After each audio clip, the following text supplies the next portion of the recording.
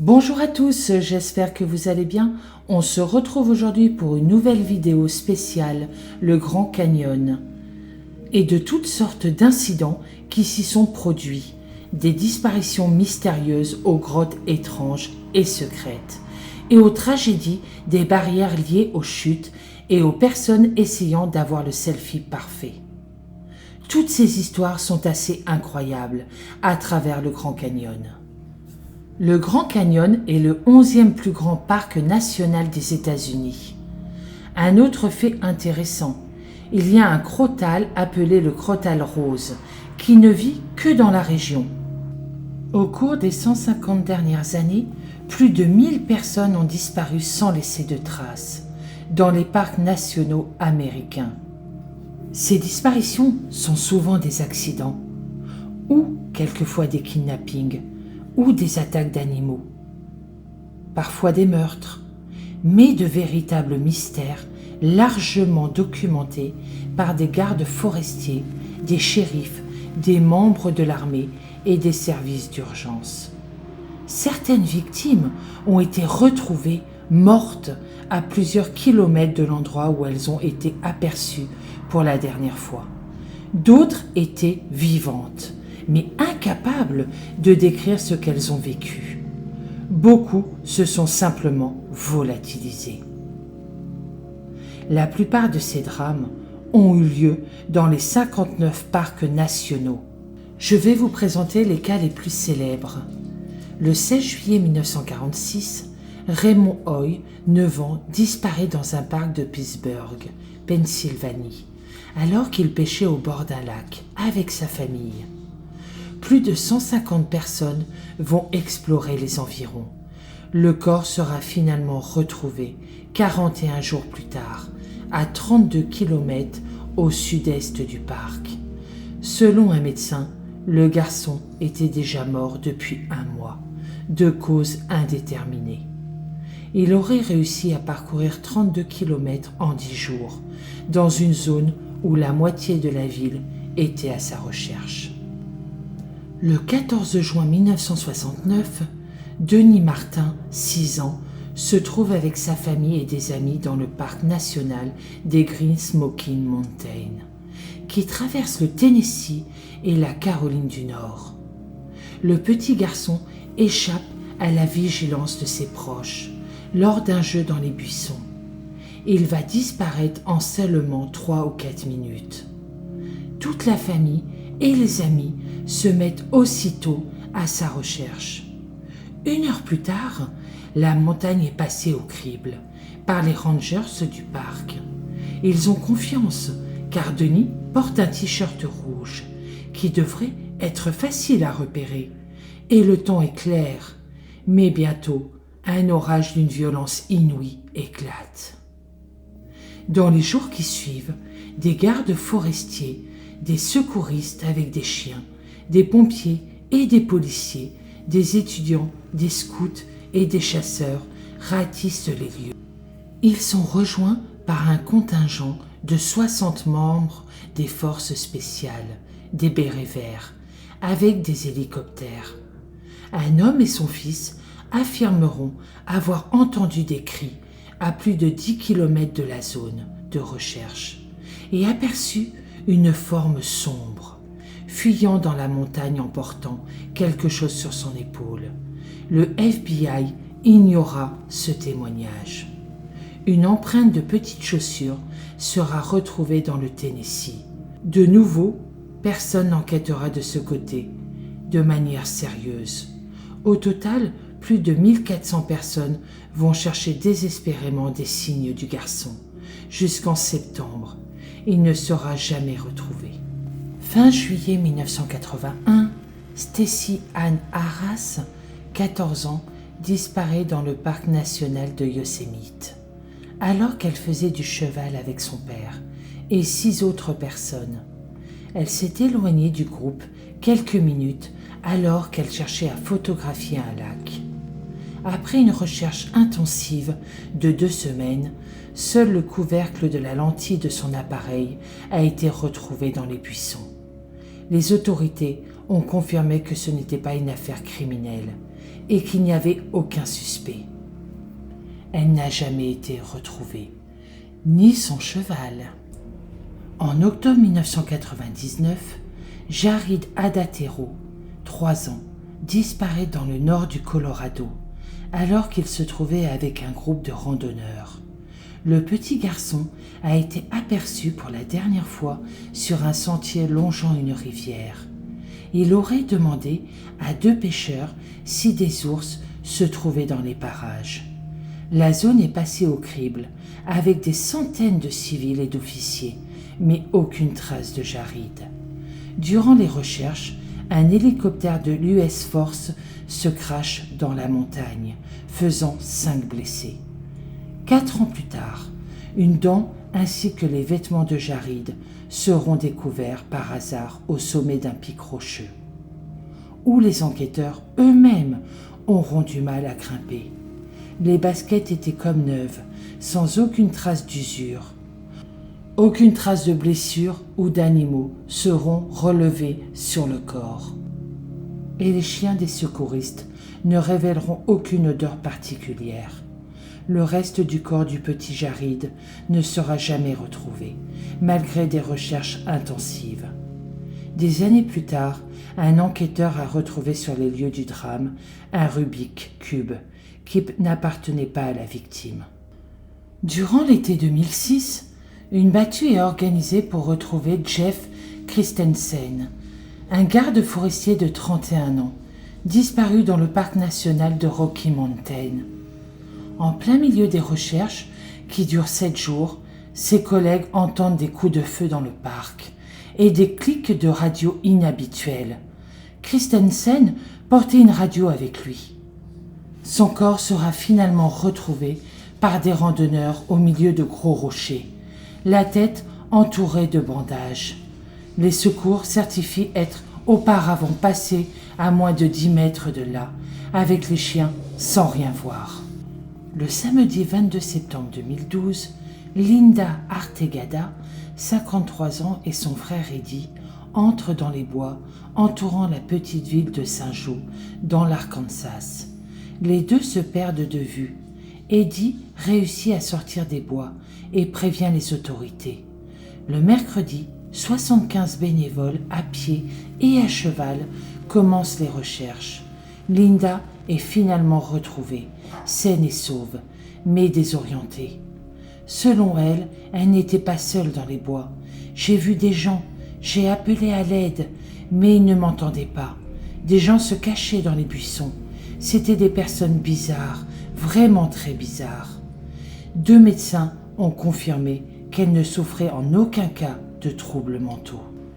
En mars 2014, le docteur James McGrogan disparaît tout près d'une station de sport d'hiver dans le Colorado. Il était en bonne condition physique, portait un GPS, un portable, de la nourriture, de l'eau et des fournitures médicales. Il suivait un groupe d'amis avant de disparaître du sentier.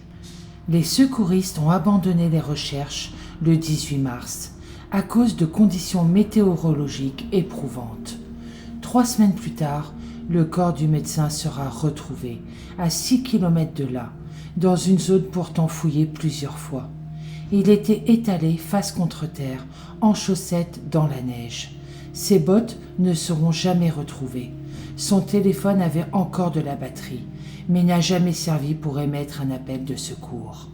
Le 13 juillet 1957, David Allen Scott, 2 ans, disparaît dans la région des Twin Lakes, Sierra Nevada. Son père l'a seulement quitté des yeux quelques minutes. La zone était dégagée, la visibilité bonne, mais les chercheurs n'ont trouvé le petit garçon que 3 jours plus tard, de l'autre côté d'une montagne très escarpée.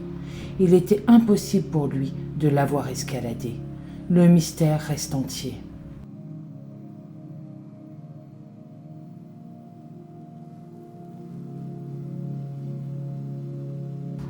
En 1971, Douglas Legge, 8 ans, et des membres de sa famille se rendent dans le parc Adirondack, État de New York, pour une randonnée. Le garçon a été vu pour la dernière fois enfiler un pantalon pour se protéger des plantes piquantes. Contrairement à beaucoup d'enfants qui ont disparu dans les parcs nationaux, Douglas était familier avec la nature. Sa famille possédait la cabane où il séjournait. Sa disparition a déclenché l'une des plus grandes missions de recherche et de secours. Avec plus de 600 personnes et de membres de l'US Air Force, les chiens ont fini par flairer son odeur. Mais la piste a mené les enquêteurs sur plus de 20 km à travers un terrain très accidenté. La piste s'arrêtait au bord d'un lac, avant de reprendre et de se perdre dans les montagnes. Comment le petit Douglas a-t-il pu distancer les secouristes sur une aussi grande distance, sans s'arrêter? Quoi qu'il en soit, il n'a jamais été retrouvé. Revenons sur le parc de Grand Canyon, car malheureusement, il y a eu aussi beaucoup de disparitions. Peter Francis Schaab, 66 ans, a disparu le 28 juin 2019. Il a disparu en rafting. Son corps a été retrouvé sous une roche, à quelques kilomètres.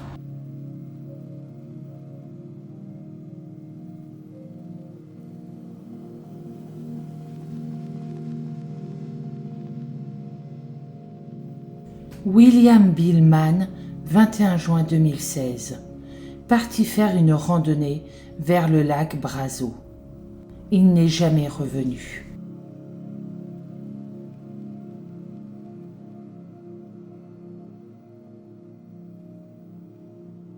Floyd E. Roberts III, 17 juin 2016.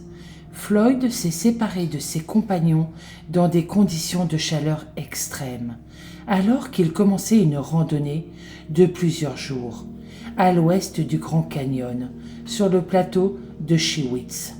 La randonnée devait durer 5 jours. Il n'est jamais revenu. Il est toujours porté disparu.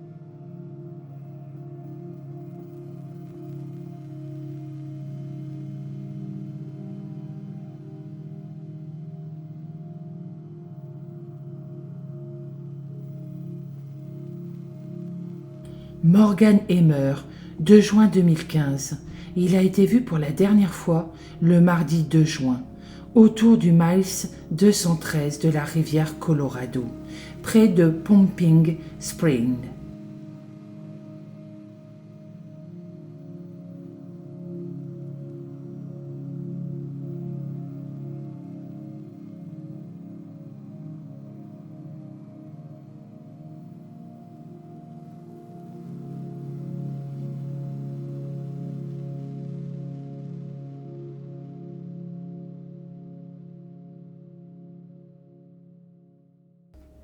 Sarah Biddle, 38 ans, disparue le 1er août 2017. Sarah était considérée comme une grande randonneuse expérimentée. Son corps a été découvert sur le pont Noir. Une autopsie n'a pas pu déterminer la cause du décès.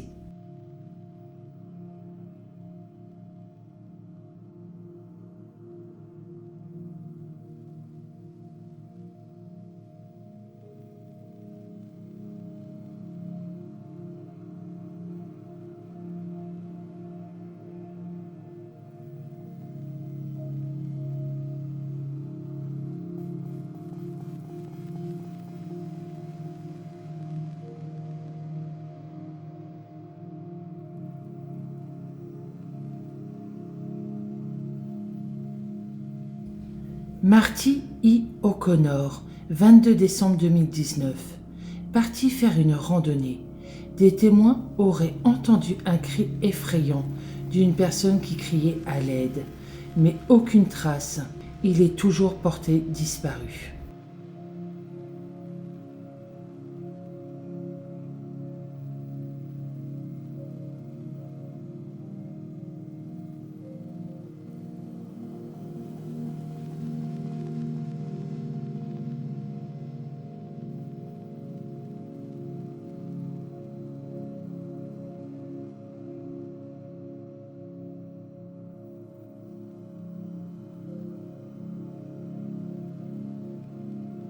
Mélissa Mahl, 18 juillet 1998. Partie faire une randonnée avec 4 amis, n'est jamais revenue. Ses amis diront qu'elle a disparu à 2 mètres d'eux, alors qu'elle était devant en train de marcher.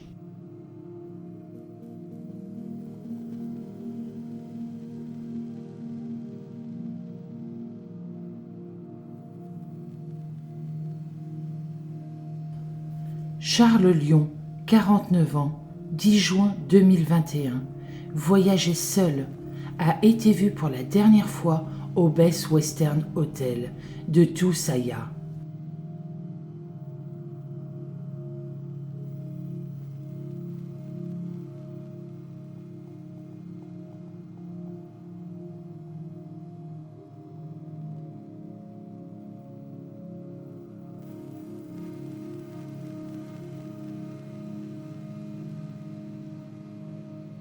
John Pennington, 40 ans, 23 février 2021, a été vu la dernière fois sur la rive sud du Grand Canyon, près de Yaqui Point. Il a abandonné son véhicule et il voyageait seul.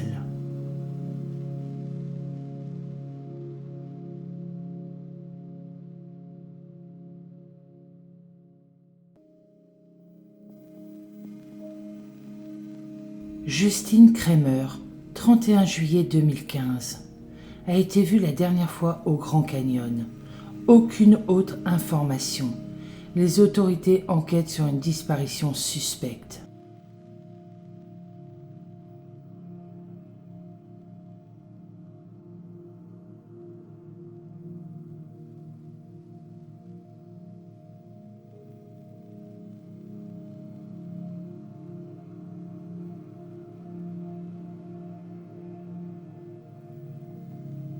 Lou Anne Merrill et Jackson Stedenfer, 15 avril 2017. Partis faire une randonnée en famille. Jackson a été retrouvé dans le fleuve Colorado. Sa belle-mère toujours introuvable.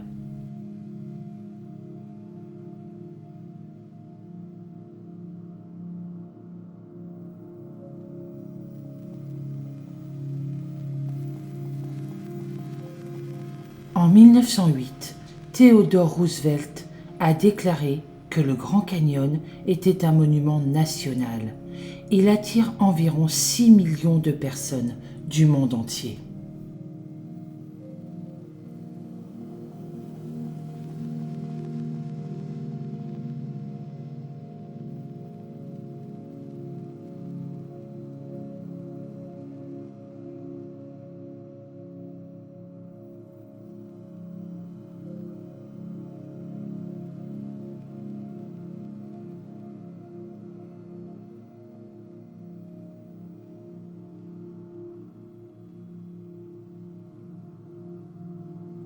En 1855, un archéologue s'est frayé un chemin à travers le passage étroit avec sa petite lanterne. Il a juste été surpris par ce qu'il a vu. Il a creusé un passage étroit et alors qu'il s'avançait dans la grotte, c'était comme un rêve archéologique, devenu réalité. Il a vu toutes ces statues d'or, d'objets de valeur incroyable, toutes ces écritures étranges sur les murs, qui, selon lui, ressemblaient à des hiéroglyphes. Pour lui, ce qu'il aurait trouvé, ce serait une ancienne tombe égyptienne. Il a dit qu'il y avait une mélodie dorée qui ressemblait à une momie et qu'il y avait divers corps momifiés. Il est descendu à environ 1400 pieds sous la surface. Il y avait un long passage, 2 noms, dans lequel il a fouillé et a trouvé une autre chambre. Il a estimé que des milliers de personnes auraient pu vivre ici. Il n'avait aucune idée de la façon dont tous ces artefacts sont venus à être au même endroit. Et il a dit qu'il devait estimer qu'il y aurait eu des centaines et des centaines de pièces et de passages qui étaient juste recouverts de ces peintures murales. Il a repris le chemin inverse. Il voulait absolument raconter son histoire. Il est descendu jusqu'à son petit bateau et a couru vers la ville pour raconter son incroyable histoire à la Gazette. Voici où cela devient bizarre, après qu'il soit retourné et a rapporté son histoire. Quelques jours plus tard, le Smithsonian a affirmé qu'il n'avait jamais entendu parler de lui. Il n'y avait aucune documentation de son existence. John Wesley Powell a été le premier explorateur du Grand Canyon. Il a remarqué de nombreuses grottes dans le Grand Canyon en descendant la rivière. Lui et ses hommes ne peuvent certainement pas couvrir les vestiges découverts des civilisations précédentes, y compris des chemins bien usés et diverses ruines avec des écrits différents sur eux. Et il est également remarquable que les Indiens Hopi qui vivaient dans les alentours de cette région disent que leurs ancêtres vivaient autrefois dans un monde souterrain. Donc qui était ce fameux archéologue qui a découvert toutes ces grottes? À ce jour, cela reste encore un mystère.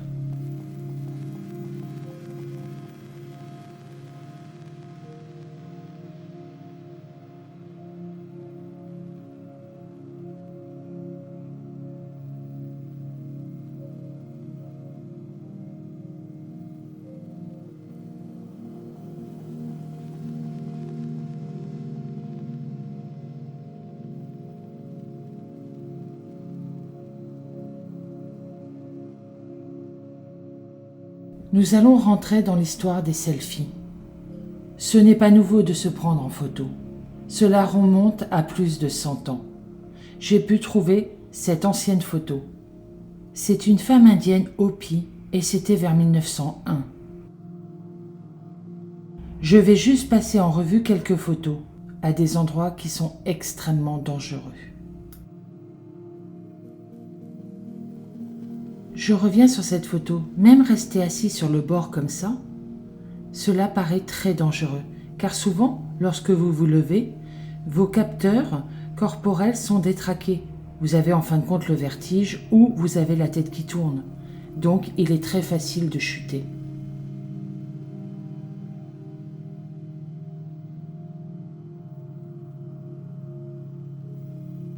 En 1900, deux frères ont voulu prendre quelques photos.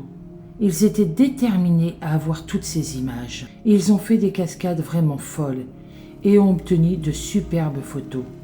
Malheureusement, même s'ils ont eu de la chance avec beaucoup de leurs photos chaque année, depuis lors, les gens meurent en essayant d'obtenir la photo parfaite.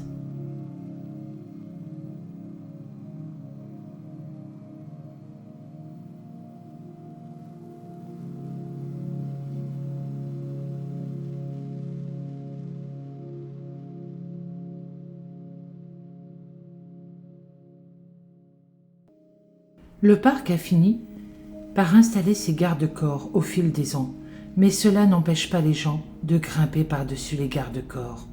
Beaucoup de personnes meurent à cause de ces photos.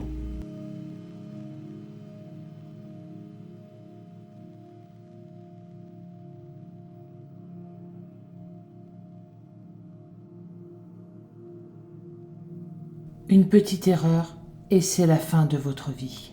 Tellement d'inconscience juste pour prendre le selfie parfait.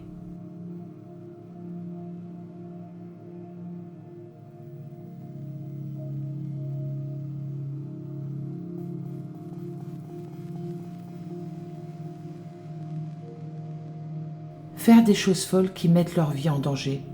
Et je pense vraiment qu'aucune photo ne vaut jamais la peine de risquer votre vie. En 1992, Greg Gingrich visitait le parc avec sa famille et il faisait la rive sud. Et Greg, qui est connu pour être un farceur, il a décidé de faire une farce à sa fille. Il allait descendre le bord et faire semblant de glisser, et de tomber, puis de sauter, et de la surprendre. Et donc il l'a fait. C'est pas une idée à la con, ça? Excusez-moi du mot, mais sincèrement, Sa fille, pensant bien sûr à une farce, elle a fait le tour pour voir où était son père. Mais malheureusement, elle n'a rien vu. Donc elle est revenue sur ses pas, pensait que son père était revenu. Mais malheureusement, rien. Cette leçon de vie lui a coûté la vie devant les yeux de sa fille.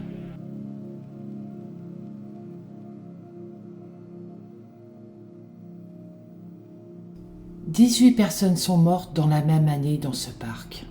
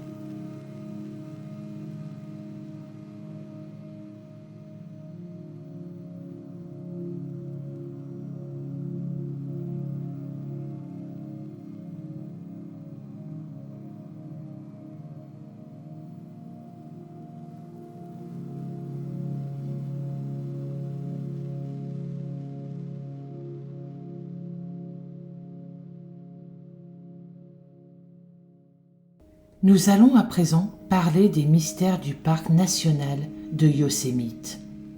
Il se trouve en Californie, dans le nord de la Sierra. Ce parc a une particularité, une roche qui est le double en comparaison à l'Empire State Building et qui ressemble à cette vallée. C'est la partie du parc que tout le monde aime. Beaucoup de mythes et de rumeurs sur différentes choses. Le premier cas est celui de Sandra Johnson Hughes. Elle a disparu le 26 juin 2020. Elle a décidé de partir en camping. Elle était formée à être park rangers. Elle était très expérimentée. La dernière fois qu'elle a contacté ses proches, c'était le 26 juin.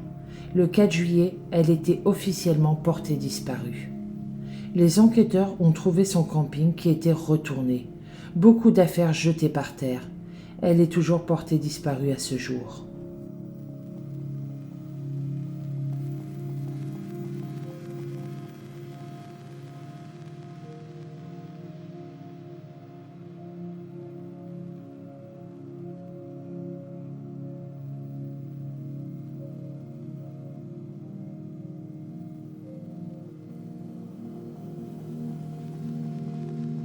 Yosemite a un taux de décès élevé, 12 par an.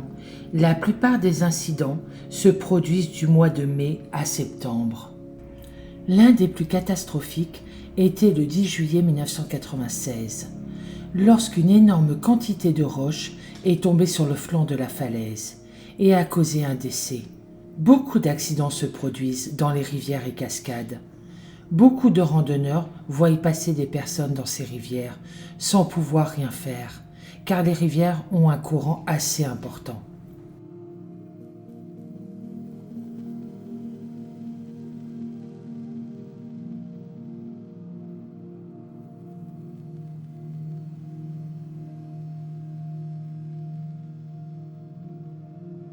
Mon propos ici, suite à cette vidéo, c'est d'essayer de comprendre pourquoi et comment certaines disparitions, accidents se produisent.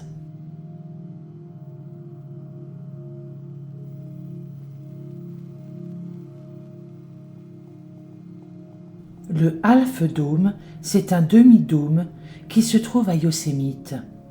Et tout le monde, pour une raison quelconque, est obsédé par le sommet. Yosemite a essayé de le rendre plus sûr, en mettant en œuvre un système d'accroche. Mais souvent les gens essaient de se faufiler et de doubler, ce qui est extrêmement dangereux. Quand vous regardez ce dôme, c'est littéralement une inclinaison verticale.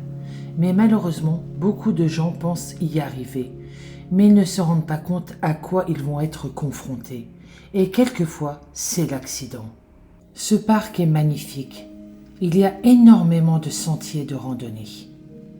Ce parc a été créé en 1890 et attire environ 4 millions de visiteurs par an.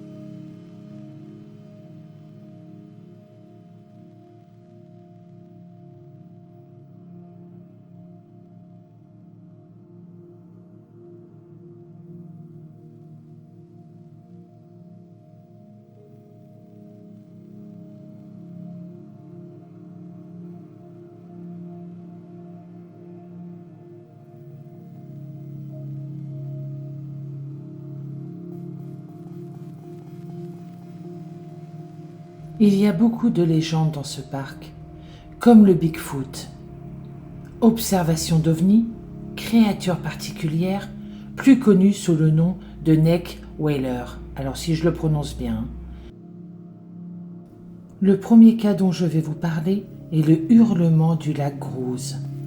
Le premier rapport qui documente ce phénomène est venu de Galen Clark, qui était à Yosemite. Il était garde forestier en 1867. Clark a entendu des cris. Il pensait au départ à un chien. Il demanda à la tribu amérindienne. Ils lui ont répondu que ce n'était pas un chien.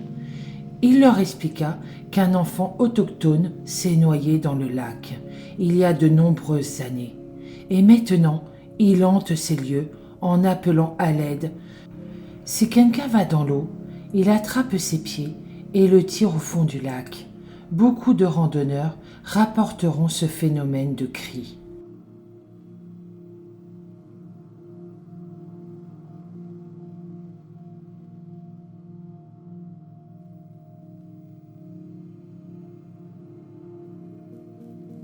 En 1998, un ranger de la division Black Country patrouille à pied.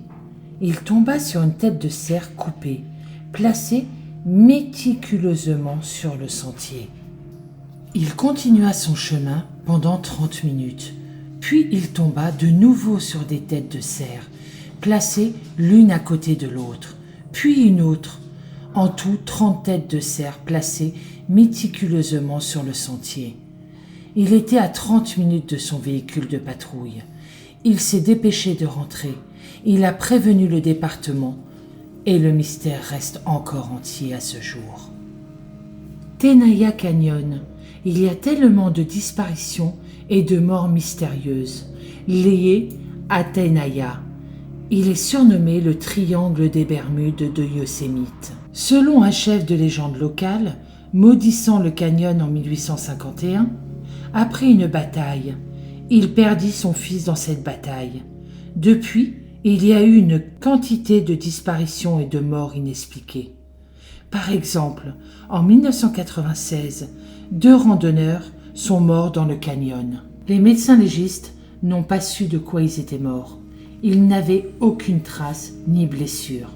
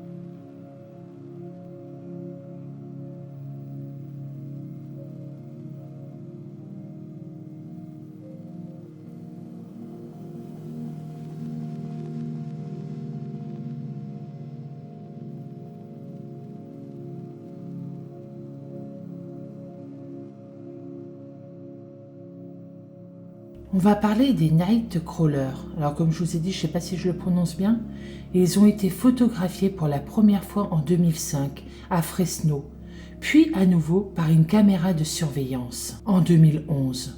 Plusieurs experts ont regardé cette vidéo.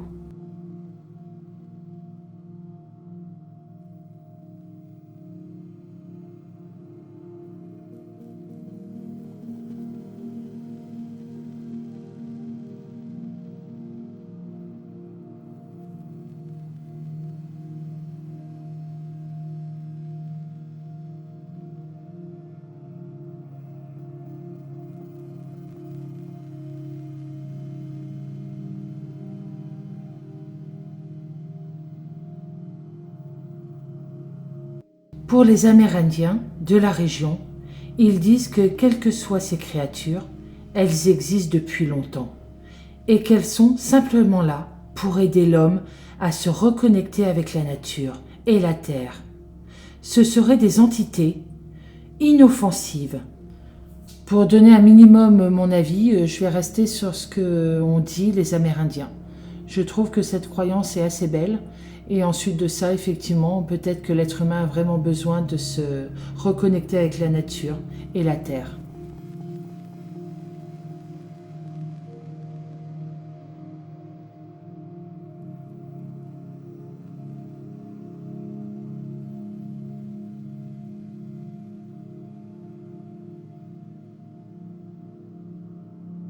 Chaque année, des centaines de personnes sont portées disparues dans les parcs nationaux et les forêts. Et la plupart sont finalement retrouvées, qu'elles soient décédées ou vivantes. Mais un faible pourcentage des cas ne sont jamais retrouvés.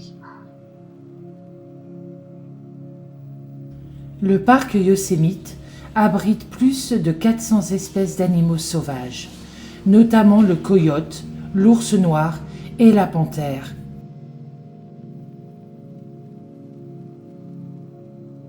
Comme je vous le disais plus haut dans la vidéo, certaines choses mystérieuses et inexplicables se produisent dans ce parc. Un nombre inquiétant de disparitions non résolues dans la région, dont certaines ne sont pas résolues depuis des décennies. Pourrait-il y avoir une part de vérité dans ces légendes? Un des éléments étranges, un ancien park rangers, John W. Bigaman, a écrit à propos de plusieurs événements étranges. Il se souvient, en 1961, lors d'un violent orage qui s'est produit soudainement au-dessus du glacier Pointe, alors que 30 cavaliers se dirigeaient vers ce point. La foudre a frappé, le feu a parcouru le sentier, tuant 9 chevaux et des cavaliers. Il est important de noter que les chances que la foudre frappe autant de personnes à la fois sont exceptionnellement rares. En 1985, vers 18h30, 5 grimpeurs s'étaient frayé un chemin jusqu'au Half Dome, surplombant la vallée de Yosemite. La foudre a frappé le groupe, tuant 2 d'entre eux et blessant grièvement les 3 autres. Les éclairs faisaient dégringoler les grimpeurs à plus de 4000 mètres. Brian Gordon, 16 ans, est décédé de blessures mortelles, bien que l'identité de la deuxième personne décédée ait été cachée jusqu'à ce que les proches soient informés de l'incident. Tom Rice, 28 ans, Bruce, 24 ans, ont été hospitalisés à l'UC Davis Medical Center. Ils étaient dans un état critique. Adrien J. Esteban, 22 ans, a été soigné au centre médical, sans gravité. Il a pu ressortir le jour même. Cet événement a conduit le National Park Service à publier des directives de sécurité sur la façon d'éviter les orages et la foudre.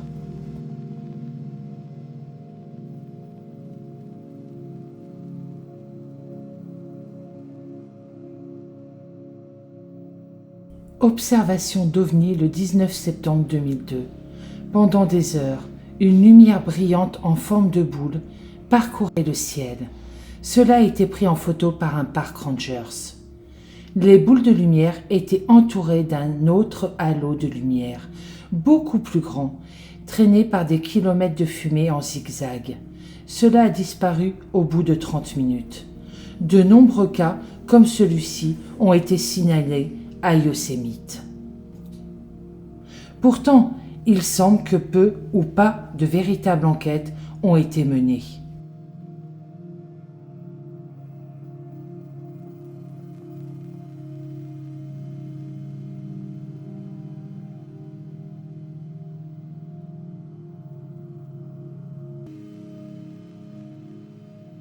Nous allons finir cette vidéo avec encore malheureusement quelques cas de disparition.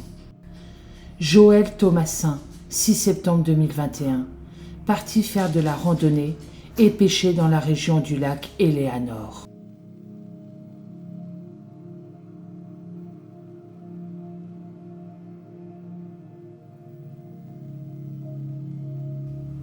Richard Jude, 25 juillet 2021, parti faire une randonnée d'une journée depuis son camp près du lac Lower, Merced Pass, jusqu'au col Red Peak. Il est parti avec un sac à dos bleu marine et des bâtons de randonnée blancs. Il était expérimenté, avait l'habitude de faire des grandes randonnées.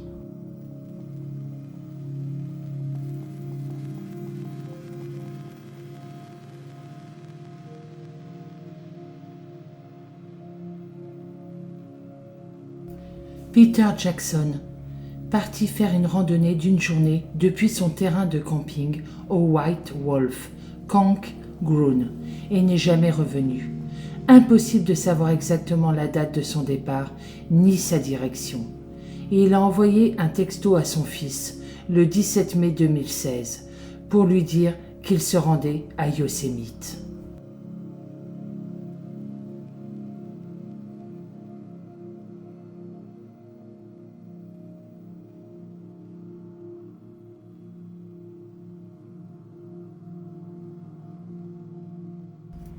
George Panka, disparu le 17 juin 2011, parti faire de la randonnée avec un groupe. Lorsqu'il s'est séparé et il est parti seul. Il a été vu pour la dernière fois vers 14h40, le 17 juin 2011, au sommet des chutes Upper Yosemite.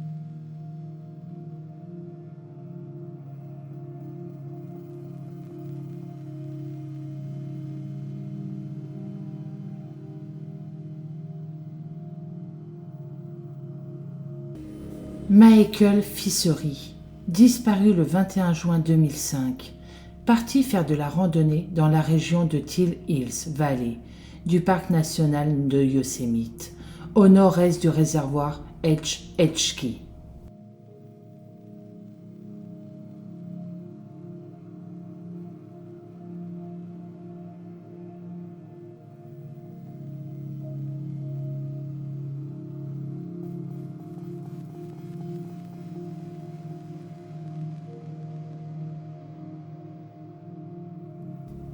Walter H. Reinhardt, 30 septembre 2002.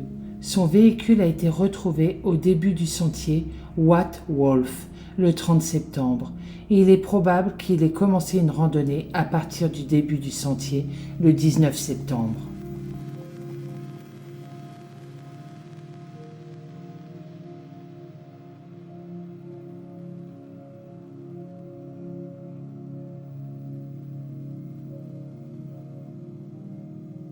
Rutan Rupert, disparu le 14 août 2000, vu pour la dernière fois dans la région de Curry Village ou à la clinique médicale de Yosemite, vers midi, le lundi 14 août 2000.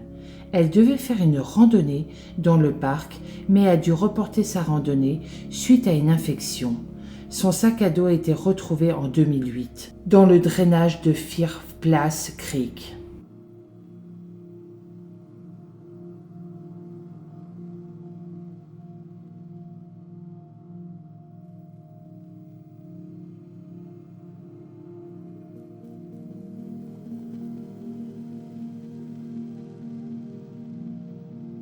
Kieran Burke, disparu le 5 avril 2000, a été vu pour la dernière fois dans la région de Curry Village de Yosemite, vers 10 heures. Il se préparait pour une randonnée.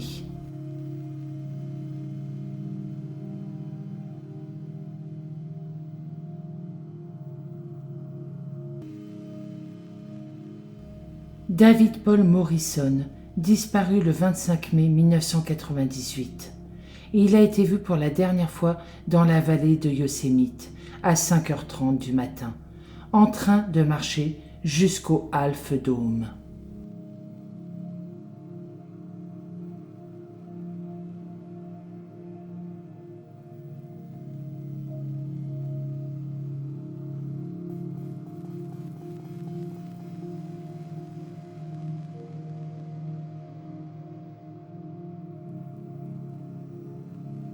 Bert Maal a été vu la dernière fois marchant avec son groupe, le 22 mai 2008. C'était la dernière sur le sentier. Quand le groupe a fait une halte pour se reposer, elle n'était plus là. Une personne témoignera qu'elle était juste derrière lui et qu'elle a disparu en quelques secondes. Elle n'a jamais été retrouvée.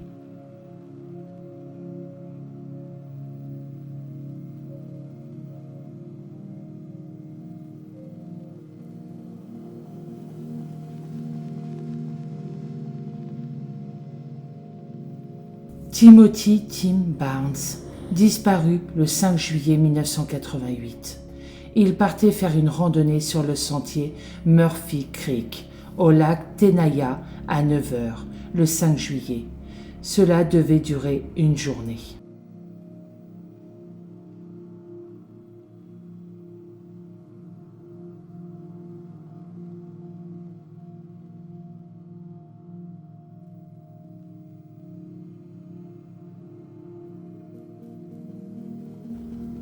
Voilà, c'est la fin de cette vidéo. Je tenais quand même à faire cette vidéo. Déjà, ça change un petit peu. Là, je ne parle pas d'une disparition, mais de plusieurs et des faits un petit peu étranges. Donc après, ça me plaît ou ça ne me plaît pas. Ça, je ne dis pas le contraire.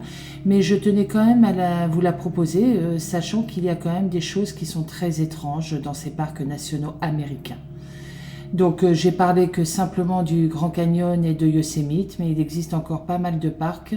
Donc si cette vidéo vous a plu, vous pouvez me le dire dans les commentaires et je ferai une vidéo un peu similaire sur d'autres parcs américains. Voilà, donc si cela ne vous plaît pas, vous n'avez pas besoin de vous défouler dans les commentaires. Je vous ai déjà dit de toute façon que je supprimais tous les commentaires méchants. Et je tenais surtout, parce que c'est quand même le plus important, de remercier tous mes nouveaux abonnés et de remercier aussi les anciens d'être toujours là. Ça me fait vraiment très plaisir.